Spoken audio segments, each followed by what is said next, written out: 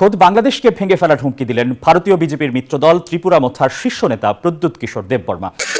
অবশেষে ভিডিও বার্তায় পদত্যাগের ঘোষণা দিলেন অন্তর্বর্তীকালীন সরকারের প্রধান উপদেষ্টা ডক্টর ইউনূস। বাংলাদেশের সাথে সম্পর্কের ব্যাপারে ভারতের পয়েন্ট অফ ভিউ পাল্টাচ্ছে কিনা সেই প্রশ্ন আমরা অনেকেই করছি।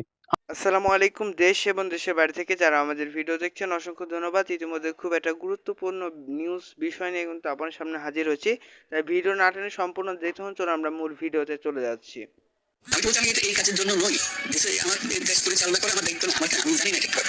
অবশেষে ভিডিও বার্তায় পদত্যাগের ঘোষণা দিলেন অন্তর্বর্তীকালীন সরকারের প্রধান উপদেষ্টা ডক্টর ইউনূস। গত 8ই আগস্ট অন্তর্বর্তীকালীন সরকারের প্রধান উপদেষ্টা হয়ে দায়িত্ব পালন করেন ডক্টর ইউনূস। ইতিমধ্যে নানান সমালোচনায় পড়েন অন্তর্বর্তীকালীন সরকারের উপদেষ্টা। এছাড়া দায়িত্ব পালনের ক্ষেত্রে যে রাজনৈতিক অভিজ্ঞতা প্রয়োজন সেগুলো নিয়ে উপদেষ্টাদের মধ্যে অবশেষে সেনা প্রধানের নির্দেশে এবং ডক্টর ইউনূস ও নিজের মুখে স্বীকার করে নেন তিনি দায়িত্ব পালনের জন্য অভিজ্ঞ নন, এজন্য তিনি রাষ্ট্রপতির কাছে পদত্যাগপত্র প্রেরণ করবেন। ইতিমধ্যে বিভিন্ন গণমাধ্যমকে জানান আগামী 2-1 দিনের মধ্যে দেশে ফিরছেন অন্তর্বর্তীকালীন সরকারের প্রধান উপদেষ্টা ডক্টর ইউনূস। তখন রাষ্ট্রপতির কাছে গিয়ে পদত্যাগপত্র জমা দিবেন এবং পদত্যাগের উদ্দেশ্যে জাতির কাছে ভাষণ দেওয়ার কথা জানিয়েছেন বিভিন্ন গণমাধ্যমকে। এর আগে গত 5 আগস্ট বৈষম্যবিরোধী ছাত্র আন্দোলনের মুখে পদত্যাগ করে দেশ থেকে পালিয়ে যান প্রধানমন্ত্রী শেখ হাসিনা। তখন দেশের স্বাভাবিক পরিস্থিতি বজায় রাখতে অন্তর্বর্তীকালীন সরকার গঠন করেন রাষ্ট্রপতি।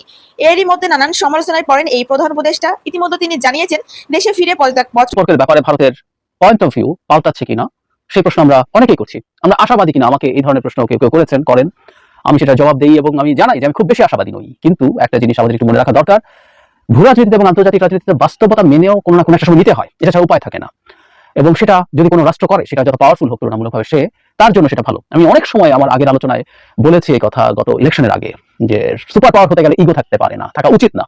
আমেরিকার মতো দেশের ক্ষেত্রে বহু ক্ষেত্রে দেখা গেছে যে তারা তাদের যে এক্সপেক্টেড আউটকাম চেয়েছিল কোনো দেশে, তাদের জায়গা থেকে চেষ্টা করেছিল, সেটা তারা ফেল করার পরও তারা সেখান থেকে ফিরে এসে তারা নতুন করে সেই সম্পর্ক রিয়ালাইন করার চেষ্টা করেছে। আমি একটা প্রিয় এক্সাম্পল রিসেন্ট অতীতে যদি বলি, সেটা হচ্ছে ভেনেজুয়েলার সাথে।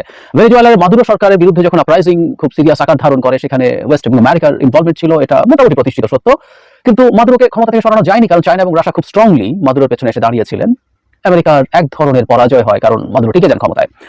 তারপর তাদের বিরুদ্ধে প্রচুর স্যাংশন দেয় আমেরিকা, এবং স্যাংশন দেওয়ার পরও একটা ঘটনা ঘটে, আমাদের মনে আছে নিশ্চয়ই, বাইডেন যখন রাশিয়া ইউক্রেন আগ্রাসন শুরু করে, তখন তেলের দাম বেড়ে গিয়েছিল।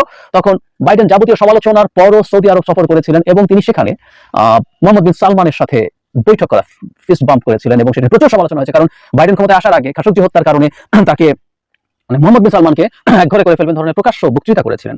কিন্তু উনি গিয়েছিলেন যাতে তেলটা অন্তত বাড়ায়, সবকিছু। এই যে খেয়াল করি আমরা, মোহাম্মদ বিন সালমানের সাথে তার এই সম্পর্ক ছিল, সেখান থেকে উনি সরে এসে তার একটা ইন্টারেস্টের জন্য তার সাথে কোলাবোরেট করার চেষ্টা করেছেন।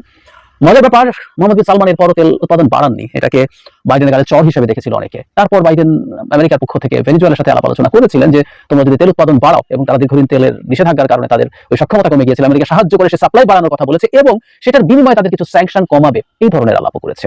যাই হোক, ভারত প্রসঙ্গে যেটা বলছিলাম, যে ভারতেরও উচিত হবে এই ধরনের বাস্তবতা মেনে নেওয়া, এবং কোনো কোনো ক্ষেত্রে মনে হয় যে তাদের কিছু বাস্তব জ্ঞান হচ্ছে, যে বাংলাদেশের সাথে আগে তারা যেভাবে ডিল করতো সেই ডিল এখন করা সঠিক।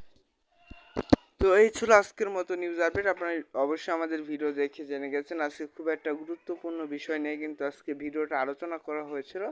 তাই এই ছিল আজকের মতো নিউজ আপডেট। পরবর্তী নিউজ আপডেট পেতে অবশ্যই আমার চ্যানেল সাবস্ক্রাইব করে আমাদের পাশে থাকবেন। ধন্যবাদ। ভিডিও এই পর্যন্ত ছিল। যারা